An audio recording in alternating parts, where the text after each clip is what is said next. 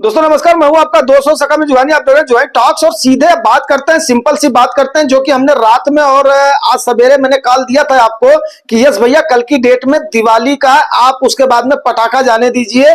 आपको सीधी और सिंपल सी बात है, इजराइल के अटैक का ईरान के ऊपर उसका जवाब मिलेगा, भारतीय मार्केट में पक्का उसका इंपैक्ट दिखाई देगा। नंबर 1। नंबर 2, क्रूड ऑयल के प्राइस का भी असर दिखाई देगा। नंबर 3, अमेरिका के इलेक्शन का भी प्राइस दिखाई देगा। तो आज और कल का जो टाइम है, और याद करिए वो दिन जब हमने आपको 4 जून को कॉल दिया था, उस समय भी हमने बोला था कि ऐसा सिनेरियो आपको कब मिलेगा। आपको सीधी और सिंपल सी बात है, आपको मिलेगी अमेरिका के इलेक्शन के टाइम पर। और उसके बाद में बात यहीं पर होती है, सब्जेक्ट पर तो हम चर्चा करेंगे। सबसे पहले देख लेते हैं, इस समय 11:53 हो रहा है और 12 बजे तक का मैं इंतजार कर रहा था कि तब तक में मार्केट का क्या रुख रहता है। एफआईआईज और डीआईआईज का सवेरे से ही मार्केट में पक्का हैवी गिरावट के साथ शुरू है, धीरे धीरे इसका पेस बढ़ता चला गया है।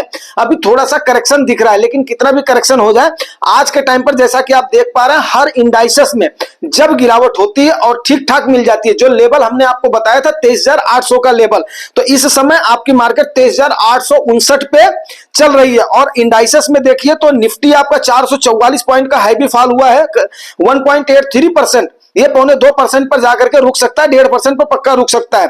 वहीं पर सेंसेक्स में आपका 1349 पॉइंट का अभी दिख रहा है, 1.69%। वहीं पर निफ्टी बैंक 1.13% और 1% के आसपास आपकी आईटी भी गिरती दिख रही है। वहीं पर 2% के आसपास आपका मिड कैप और स्मॉल कैप भी गिरता दिख रहा है। तो अब ऐसी गिरावट में ऐसे समय पर अगर आप लोगों को कॉल ना दी जाए तो इस जुगानी टॉक्स का कोई मतलब नहीं है। दो चीजें मैं आपको बताना चाहूंगा। देखो दोस्तों, सब्जेक्ट पर तो मैं चर्चा करूंगा ही, जिनके पास, जैसा कि हमें गुजरात बंधु सर ने बिल्कुल एकदम से जो मैसेज करके बता दिया, आप लोग कमेंट में देख सकते हो, उन्होंने 1.25 लाख रुपए का चंक डाल दिया है। तो जिनको भरोसा है, जिनको मार्केट की समझ है, वो पक्का इसके अनुसार बिहेव करते हैं। अभी जस्ट 12 बजे के बाद में 12:30 बजे तक मैं भी एक अच्छा खासा चंक डालने की कोशिश करूंगा। ठीक है, आज और कल पक्का 4 और 5 तारीख को हमने क्रूशियल निगाह रखनी है मार्केट के ऊपर। आज के टाइम को मिस करने का कोई सवाल ही नहीं बनता है। इसीलिए आज का सब्जेक्ट जो है वो आप लोगों को एक बार मैं कर रहा हूं, उसके बाद में आप लोग देख लीजिए। जब जब हमने कॉल दिया है, जो जो कॉल दिया है, उसका आप लोगों को लाभ मिला है या नहीं मिला है, इसी वजह से हमने सब्जेक्ट भी रखा है और ये एक टाइप का कॉल भी है। लेकिन मेरी सलाह आपको यही है भाई मेरे, ये केवल एक एजुकेशनल पर्पज के लिए है।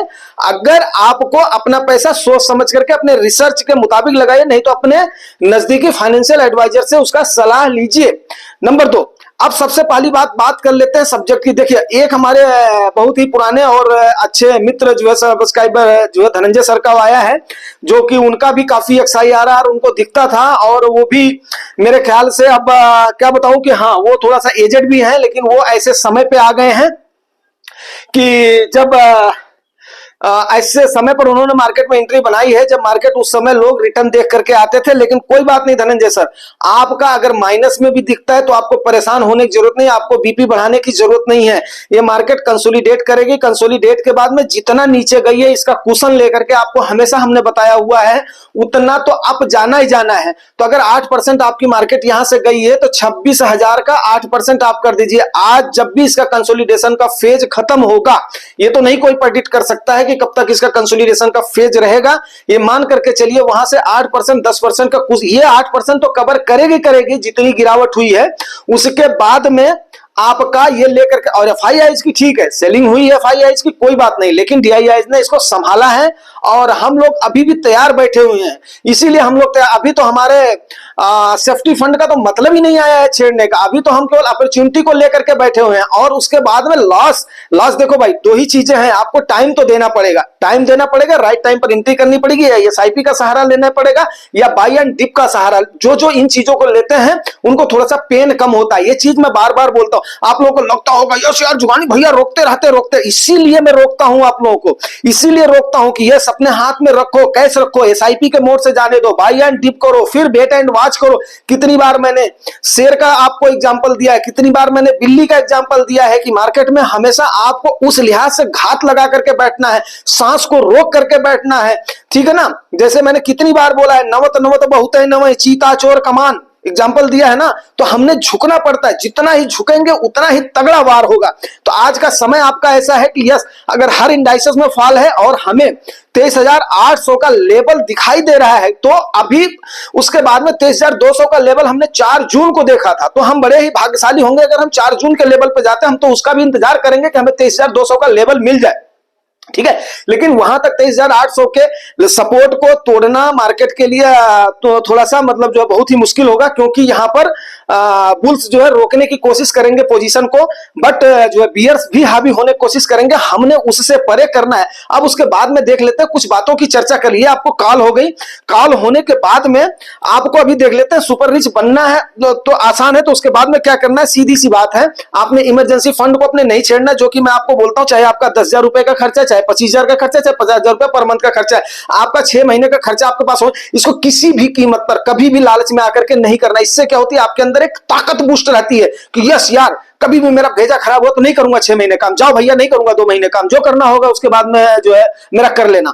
तो आपके अंदर एक क्या होती है, स्ट्रांग, एक मतलब जो एक आपकी पर्सनालिटी जो है ना, वो थोड़ी सी क्या होती है, बूस्ट रहती है। कभी भी जरूरत लगा तो उसके बाद में ठीक है, आप अपने बच्चों के साथ खड़े हो, वाइफ के साथ खड़े हो, माँ बाप के साथ खड़े हो, भाई बहन के साथ खड़े हो, तो आप हर जगह पे क्या होते हो, उससे आप जो खड़े रहते हो किसी भी इमरजेंसी के लिए। Number 1 health insurance. Health insurance सबसे मस्ट है यार। देखो कभी भी क्या होता है कि सबसे बड़ा खर्चा, कोई भी हेल्थ में अगर इशू आ जाता है तो सबसे बड़ा खर्चा आपका वहां पर लग जाता है। तो इसलिए हेल्थ इंश्योरेंस को मैं सेकंड प्राइमरी देता हूं। फर्स्ट प्राइमरी किसको देता हूं, इमरजेंसी फंड को भैया, ताकि हमारे पास रोटी जो है, कपड़ा मकान का अपना जो है जुगाड़ रहे, कोई टेंशन वाली बात ना। आप जिनके पास भैया मकान है वो जो है बहुत बड़े सौभाग्यशाली, उनमें से हम आप भी हैं, लेकिन जिनके पास रोटी का जुगाड़ है वो और भी वो है, तो मतलब जिनके पास कपड़े का जुगाड़ वो और है। भैया देखो जो है भारत में भांति भांति के लोग, हर क्लास के लोग हैं, और हम तो बहुत ही लोअर लेवल से उठ करके यहाँ तक आए हैं, तो हमें तो भैया एक एक चीज की समझ है, इसलिए मैं आप लोगों से इस चीज का बात। उसके बाद में टर्म प्लान को मैं लास्ट एंड पे देता हूं कि यस यार, जब आप स्टेब्लिश हो गए तब उसके बाद में टर्म प्लान पे दे देना है, नहीं तो उसके बाद में आपको ये करना है, ठीक है ना। मकान वर्सेस इन्वेस्टमेंट। अब अगली बात आ जाती है, मकान ले या इन्वेस्टमेंट करें। देखो मेरे भाई, मकान के लिए मैं ये बोलना चाहूंगा, जब तक आप अगर मान लिया आपको ये शहर नहीं पसंद आ रहा है, एक मकान तो आपका अपना एंसेस्ट्रल तो है ही है, सबके पास है, जो माँ बाप का घर है वो तो है ही है, इसमें कोई भी दो राय नहीं। अब आपको ये शहर पसंद आ रहा है या अगला शहर पसंद आ रहा है या अगला शहर पसंद आ रहा है, तो आपने जब इतने साल गुजार दिए हैं तो उसके बाद में मकान के लिए थोड़ा सा जल्दीबाजी करना उचित नहीं रहता है, ठीक है ना। तो आप उस समय थोड़ा सा मकान को सोच समझ करके उसके बाद में वहां पर इन्वेस्ट करें, ताकि जो है नहीं तो फिर चल रहा है तो चल रहा है। क्योंकि यार देखो सीधी सी बात है, मकान में इतना भारी भरकम पैसा इन्वेस्ट हो जाता है कि उसके बाद में उसको आपको कल को जरूरत पड़ी तो क्या आप उसका एक क्या बाथरूम आप उसका क्या सेल कर दोगे, क्या आप उसका एक बेडरूम सेल कर दोगे, क्या उसका बरामदा सेल कर दो, क्या उसका लॉन सेल कर दोगे, क्या उसका आप जो है किचन सेल कर दोगे। भाई देखो इमरजेंसी के टाइम पर वो काम नहीं आएगा, कल को आपको जरूरत पड़ी, आपके बच्चों आपको जो है बेशक मान लिया ना पड़ी, लेकिन आपको किसी भी चीज की जरूरत पड़ सकती है, तो उसको सोच समझ करके करना। और जितना पैसा आप इंस्टॉलमेंट में दे रहे हो उतना दे तो साला मकान मालिक को दे दो, रेंटल का दे दो, उस चीज को लेकर के इत्तेफाक है ये, मतलब एक एडवाइस है, बाकी आपकी मर्जी है आप क्या करेंगे।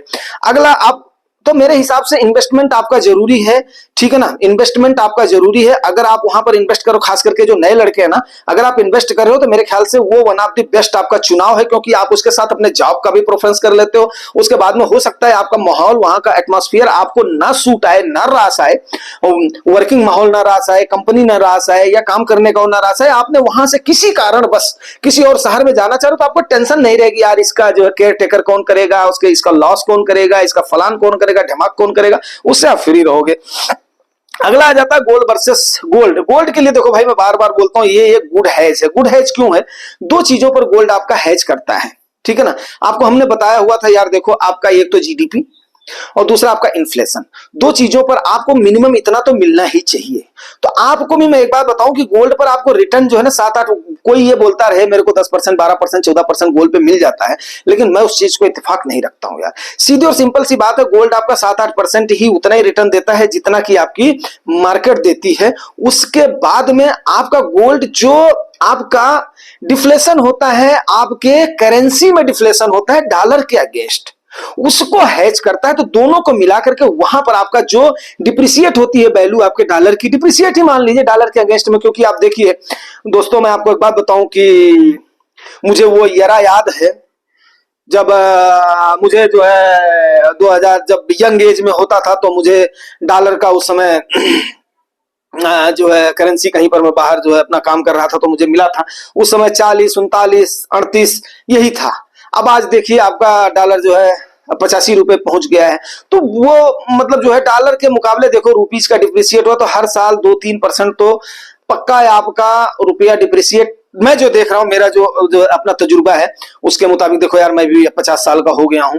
तो हर हर एरा का मैं उस साल का सोने का भी दाम आपको बता दूंगा, डॉलर का दाम आपको बता दूंगा, रुपीज का भी बता दूंगा। तो ये सब यार एक्सपीरियंस से आता है भाई, मेरे अनुभव से आता है। और सीधी सी बात है डीजल का देखो, मैं 4 रुपया जब जो है लीटर होता था डीजल, तब मैं अपने को जो है पंपिंग सेट के लिए बिल्कुल जो है उसमें प्राइमरी स्कूल में पढ़ता था तो एक 5 लीटर की कैन लेकर के जाता था। तो आप सोचिए आज जो है कहाँ वो आपका डीजल उसको टच कर रहा है जो है 95-100 के आसपास। स्टेट टू स्टेट थोड़ा सा वेरी है तो वो कर रहा है। मैं यूपी का हूं तो यहाँ पर भी मतलब तकरीबन वही चल रहा है। तो दोस्तों मतलब सीधी और सिंपल सी बात है यार, जब मेरे पास मतलब जो है फर्स्ट टाइम पे हमने बाइक लिया था 99-2000 में, तो फिर जो है 25 रुपए 30 रुपए के आसपास आई थिंक कि जो पेट्रोल था जो है 25 रुपए के आसपास था। तो वो चीजें हैं यार कि मतलब सीधी और सिंपल सी बात है कि भैया देखो अब आपको वो दिन जब आपने जवानी में कष्ट उठाए हैं ना तो बुढ़ापे में आपको वो दिन तो याद रहेंगे, आपको बताने के लिए पर्याप्त रहेंगे। ठीक है, तो उसके अनुसार आप कर सकते हैं। Real estate asset versus liability, देखो यार सीधी और सिंपल सी बात है। रियल एस्टेट का हमने आपको बता दिया, रियल एस्टेट में आप निवेश करो, लेकिन आप तब निवेश करो जब आपको बाकी चीजों से आपको ये हो जाए कि मेरे को डेप्ट नहीं लेना है, मुझे लोन नहीं लेना है, मुझे ये नहीं करना। लोन लेकर के कभी भी रियल एस्टेट में अगर जो इन्वेस्ट करता हो, मैं तो बोलता हूं सबसे बेवकूफ आदमी है वो। ठीक है ना, सबसे बेवकूफ आदमी हो, क्योंकि रियल एस्टेट कभी भी, और दूसरा क्या है, रियल एस्टेट कभी भी आपको अगर ऐसा लगता है यार यहां से हाईवे निकलने वाला है, यार यहां से ये रोड निकलने वाली है, तो वहां पर आपने ले लिया तो समझो कि ठीक है, उसका ठीक ठाक आपको रेट मिल जाएगा। नहीं तो फिर आपका वो वही देता है जो कि मतलब जो है बिल्कुल होपलेस सा रहेगा इक्विटी के वर्सेस में। आप अभी समय यार मेरे ऊपर चिढ़ रहे हो गए, इक्विटी इक्विटी करते रहते हैं और उसके बाद में हमारी जान खा रखे हैं, मेरा पोर्टफोलियो डाउन में जा रहा है। सैनपाल दादा मेरे ऊपर दांत हो सकता है, सैनपाल दादा नहीं बाकी भी नए भी जो अपना जो है व्यूअर्स हैं, और तकरीबन जो है 2000 के आसपास मेरे मतलब ऐसे व्यूअर्स हैं जो कि अपना रिटर्निंग में हो रहे हैं, तो वो आने के उसमें है। तो आज जो है हो सकता है वो लोग आज इस पे वो भी करें, अपना जो है रिटर्न भी करें। इसीलिए मैंने बोला था ना कि इस समय मेरे पास काम ही क्या है, रिसर्च करना और आप लोगों के लिए बताना। उसके बाद में यार स्टॉक मार्केट आपको पता है ये सबसे बढ़िया रिटर्न अगर दिया है तो स्टॉक मार्केट ने दिया। बट यहां पर आपको सिर्फ और सिर्फ क्या रखना यार, एक पेशेंस आपको रखना पड़ेगा मेरे भाई। ये बात मैं आपको बार बार बता रहा हूं कि आपको यहां पर पेशेंस रखना पड़ेगा, क्योंकि यहां पर पेशेंस के साथ साथ यहां पर आपको थोड़ा सा क्या है रिस्क भी लेना पड़ेगा, क्योंकि ये रिस्की है, वोलेटाइल है, अप डाउन होता रहेगा।